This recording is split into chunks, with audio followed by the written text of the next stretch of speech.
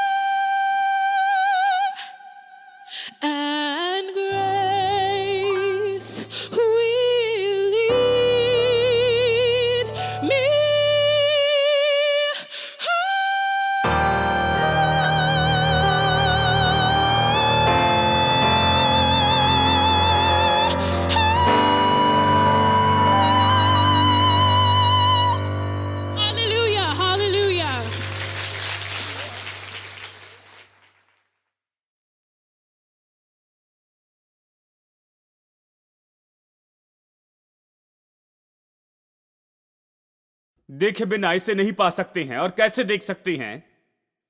कैसे देखते हैं? मनन से देखने में मदद होती है।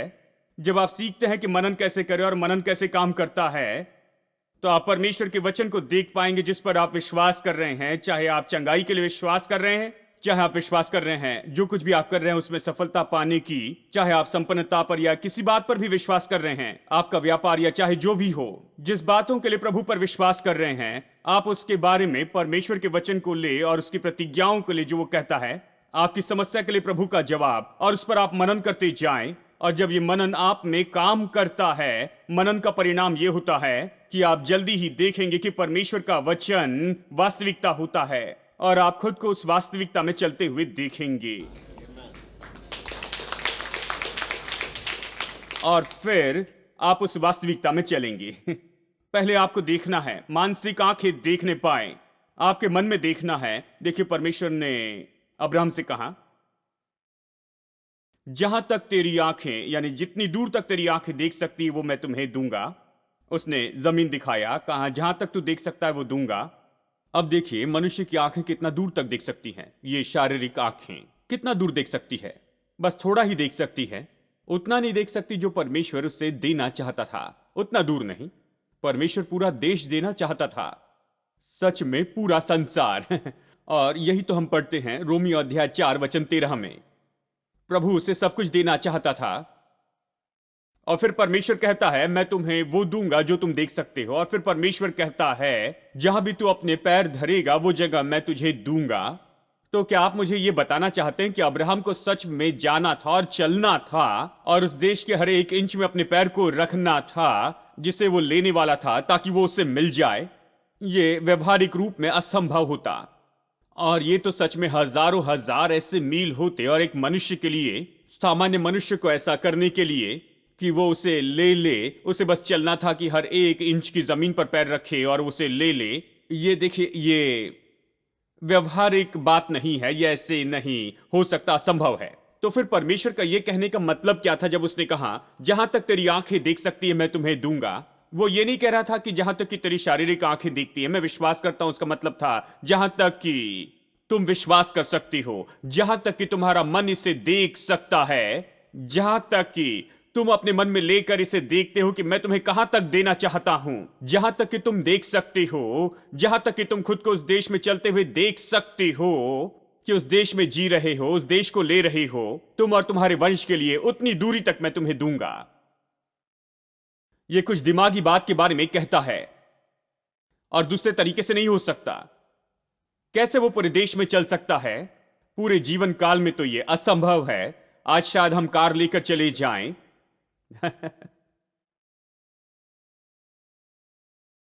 उन दिनों में यह असंभव था।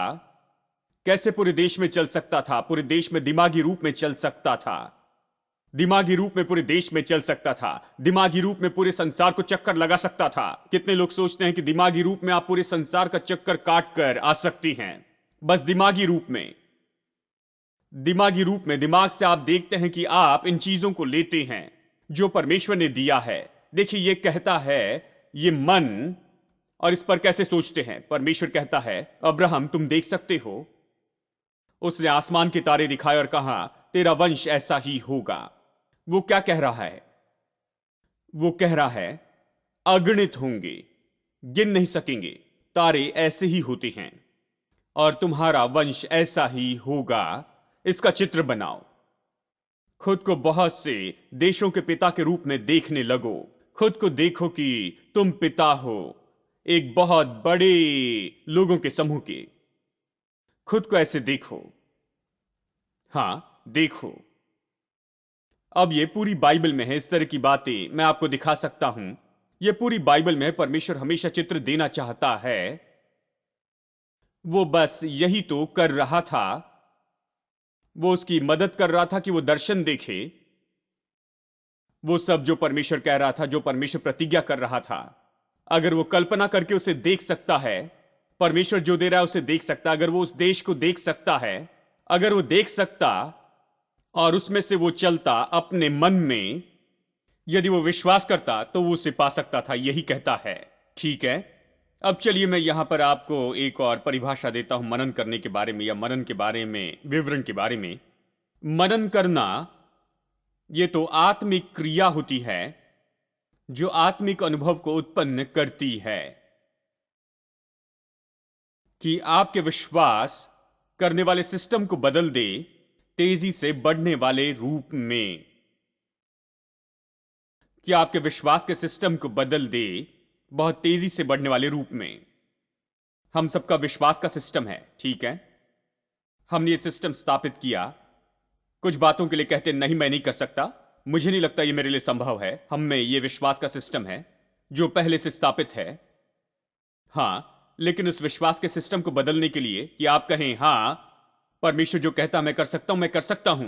प्रभु कहता है मैं कर सकता हूं तो कर सकता हूं। प्रभु कहता है पा सकता हूं तो पा सकता हूं। अगर प्रभु कहता है संभव है तो संभव है। इस तरह से अपने विश्वास के सिस्टम को बदलना, इसके लिए मनन जरूरी है। तो मनन ये आत्मिक क्रिया है। जब आप मनन करते हैं तो आप आत्मिक क्रिया में से होकर जाते हैं और आत्मिक अनुभव पाते हैं कि बदल दे आपके विश्वास के सिस्टम को बहुत ही तेज तरीके में। यह अनुभव, आत्मिक अनुभव दिया जाता है कि आपके विश्वास के सिस्टम को और भी तेज रफ्तार से बढ़ाते चले जाए। बाद में मैं आपको बताऊंगा कि लोगों के जीवन में यह सच में हुआ है।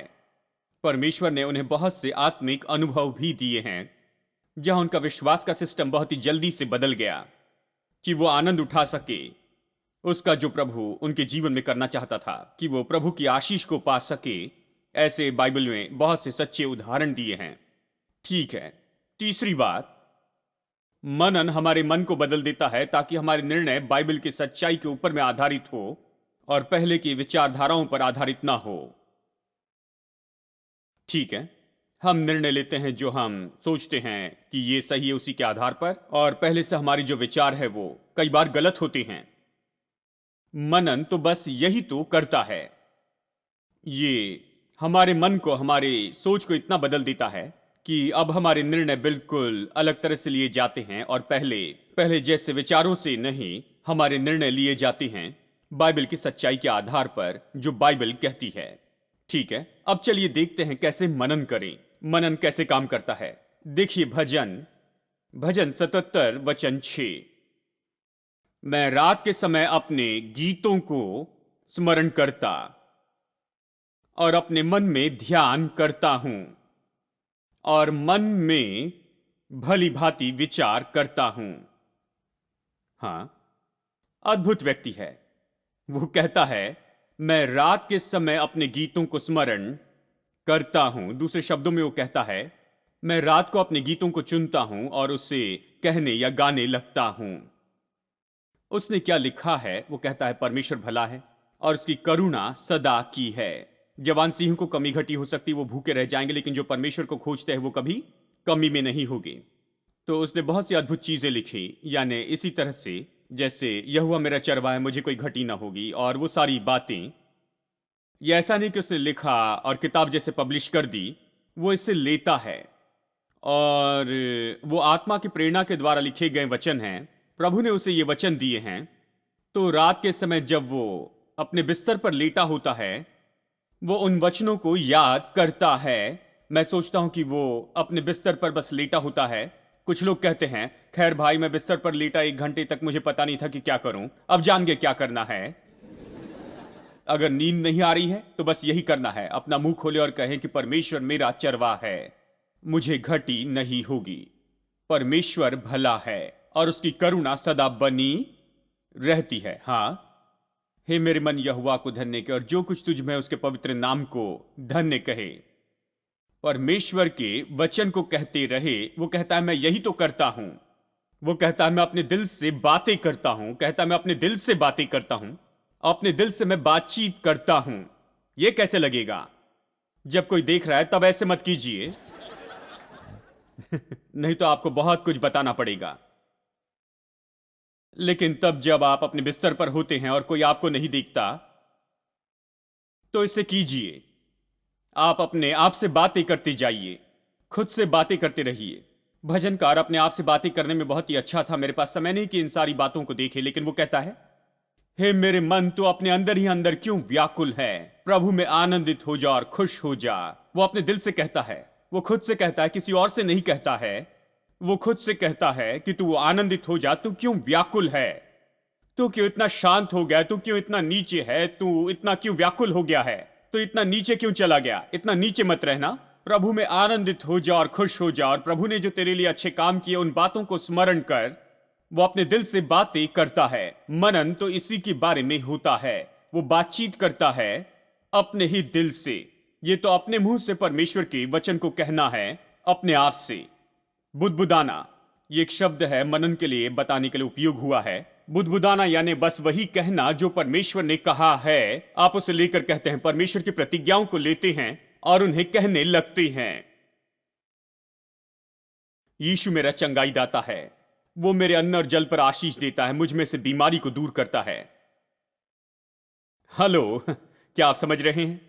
इसी तरह से चाहे आपकी जो भी परिस्थिति हो, अगर आप बीमार में हैं तो आप इन वचनों को लीजिए और उसे कहते जाएं। अगर आपको दूसरी सारी समस्या है तो फिर तो आपको वो लेना चाहिए, जो वो जवाब जो परमेश्वर अपने वचन में देता है, आपको उसे लेकर उसे कहते चले जाना है। उन्हें आप कहते चले जाएं, दिन को, रात को, कभी भी, जब भी आपको कोई मौका मिलता है, गाड़ी चलाते हुए, खाते हुए, आप इसे कह सकते हैं। इसे कहते जाएं, इसे कहते जाएं। ये बुदबुदाना है। और फिर वो कहता है और मन में भली भांति विचार करता हूं। हाँ, कि मैं खोज कर रहा हूं, मतलब मैं अपनी आत्मा में खोज कर रहा हूं। दूसरे शब्दों में वो कहता है मैं तो ढूंढने की कोशिश कर रहा हूं कि क्या ये सच्चाई है, ये परमेश्वर की सच्चाई है। जानते हैं, मनन के समय कई बार आपको किताबों में जाकर देखना पड़ता है, जाकर कुछ अर्थ ढूंढने पड़ते हैं। इसका सच में क्या अर्थ है ये ढूंढते हैं और फिर आगे बढ़कर किसी बात के बारे में कोई निष्कर्ष निकालते हैं। आप खोजते हैं, आप ढूंढते हैं। ये मनन का भाग है। आप क्या कर रहे हैं? आप सच्चाई जानना चाहते हैं, आप सच्चाई को पकड़ना चाहते हैं, आप मुद्दे को चूकना नहीं चाहते हैं, आप महान सच्चाई को चूकना नहीं चाहते, तो आप रिसर्च करते हैं, आप देखते हैं, अध्ययन करते हैं। दूसरे शब्दों में ये मनन का भाग है। एक और शब्द जो उपयोग हुआ है सोचना, यानी विचार करना। ठीक है, चलिए एक और वचन देखें। अध्याय 143, भजन संहिता 143, वचन 5। मुझे प्राचीन काल के दिन स्मरण आते हैं, मैं तेरे सब अद्भुत कामों पर ध्यान करता हूं और तेरे कामों को सोचता हूं। अब हमने शब्द देखे, बुदबुदाना या अध्ययन करना, खोज करना और सोचना, ये शब्द देखा। ये सब मनन से जुड़े हैं।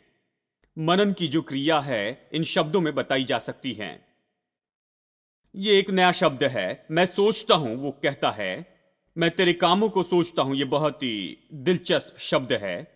ये जो शब्द है मैं सोचता हूं, इसका मतलब क्या है? मैं सोचता हूं कि मनन के बारे में ये शब्द और भी ज्यादा प्रकट करेगा। ये शब्द सोचना इस तरह से है जैसे कि जो गाय जुगाली करती है। जानते हैं जानवर कैसे खाते हैं? वो पहले खाते हैं, यानी एक तरह से निगल जाते हैं। सोचता हूं उनका बहुत अच्छा सिस्टम होता है। यह हमारे लिए काम करेगा, लेकिन वैसे काम नहीं करेगा क्योंकि हम ऐसे नहीं बने हैं। कुछ लोगों को यह सिस्टम चाहिए कि हम बस कुछ निगल ले और फिर वापस आकर बाद में चबा ले क्योंकि समय नहीं है। लेकिन गाय ऐसी करती है, वो बस पूरा खा लेती है, पूरा घास खाती है और फिर आराम से कहीं जाकर अच्छे से बैठ जाती है। फिर थोड़ा थोड़ा करके धीरे धीरे भोजन लाती है जो उसने पहले खाया था, उसे मुंह में लाती है और फिर उसे चबाने लग जाती है। उसे तब तक चबाती है जब तक कि उस भोजन के सारे पोषक तत्व अब वो जो है उस गाय का पोषण होता है, उससे वो सब कुछ ले लेती है। जब ये भोजन उस गाय में, यानी ये भोजन उस गाय में जाता है, और ये गाय और ये भोजन दो अलग अलग चीजें थे। ये दो अलग अलग चीजें थी, वो एक नहीं हुए थे। लेकिन अब वो उसे बार बार लेकर आती है और चबाती और चबाती और चबाती है। और जैसे ये क्रिया आगे बढ़ती है तो सारे पोषक तत्व उस भोजन से निकाले जाते हैं और वो उस गाय में चली जाती हैं और उसके साथ में एक हो जाती हैं कि बहुत ही जल्दी वो भोजन और वो एक हो जाती हैं। हेलो वो गाय और घास एक हो जाते हैं, पहले जैसे दो नहीं रहते, वो दो अलग नहीं रहते हैं। अब देखिए, गाय, वो भोजन उसका भाग हो गया है, ये उसके चबाने से अब एक हो चुके हैं।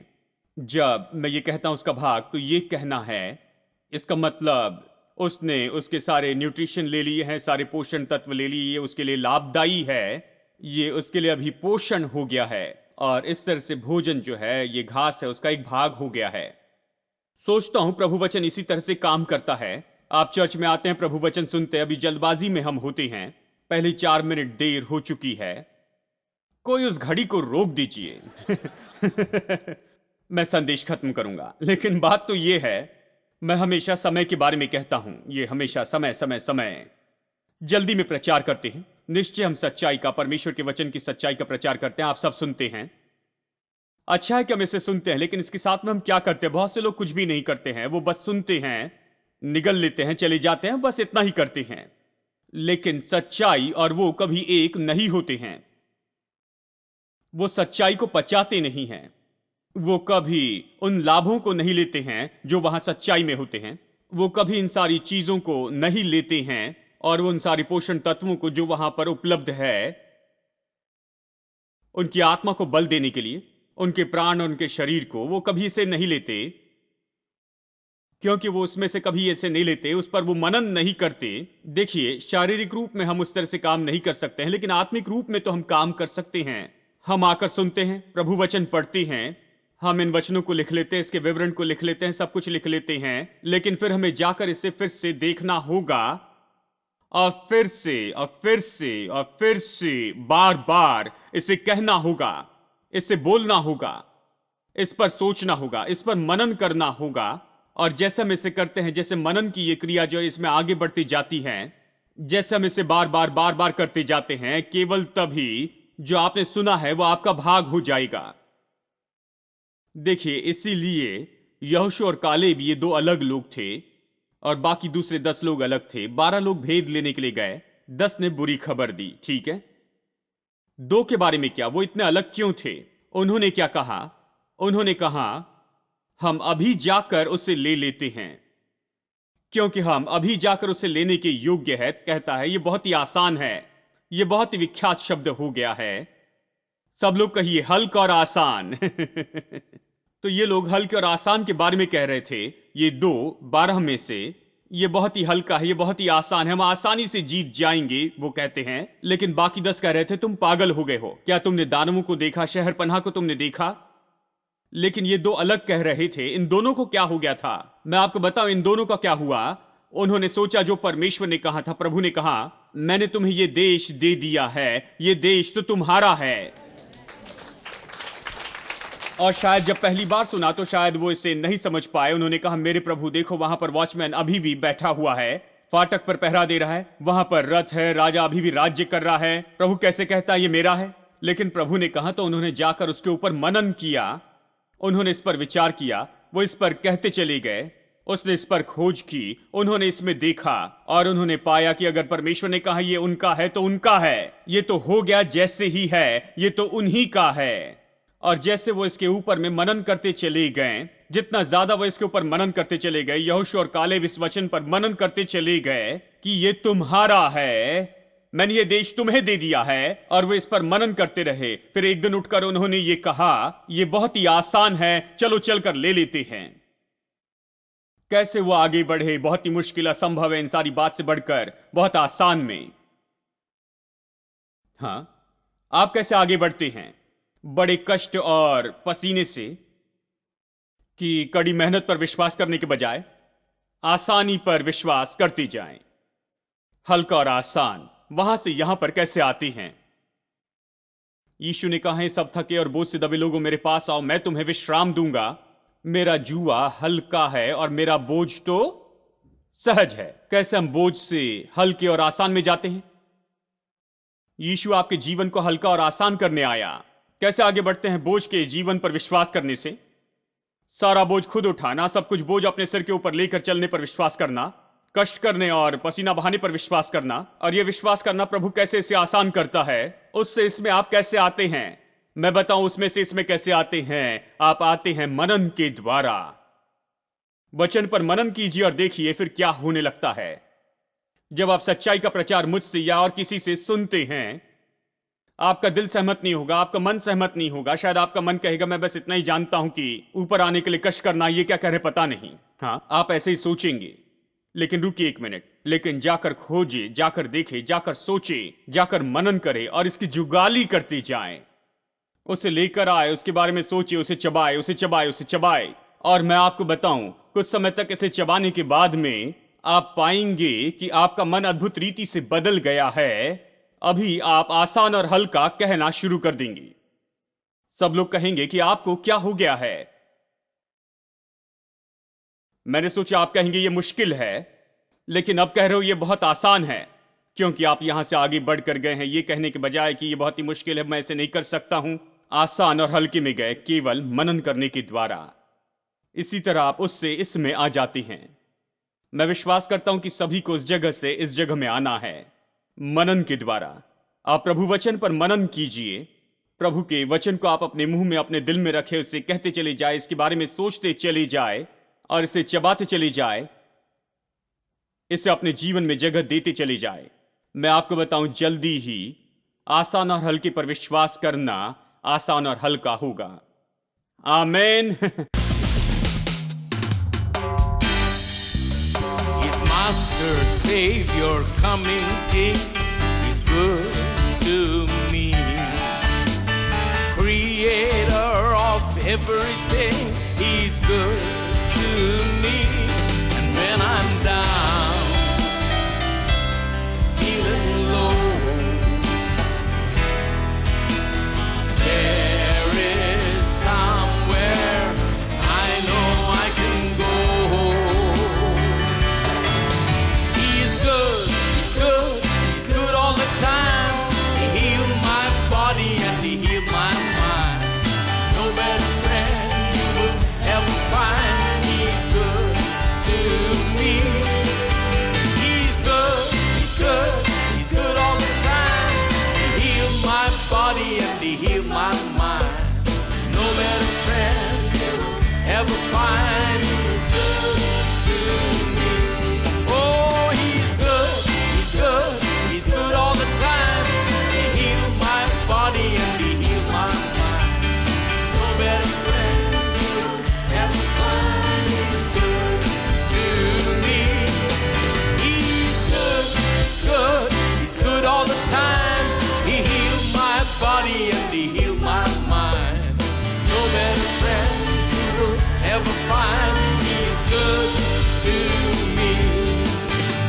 He's King of glory, the Lord of all.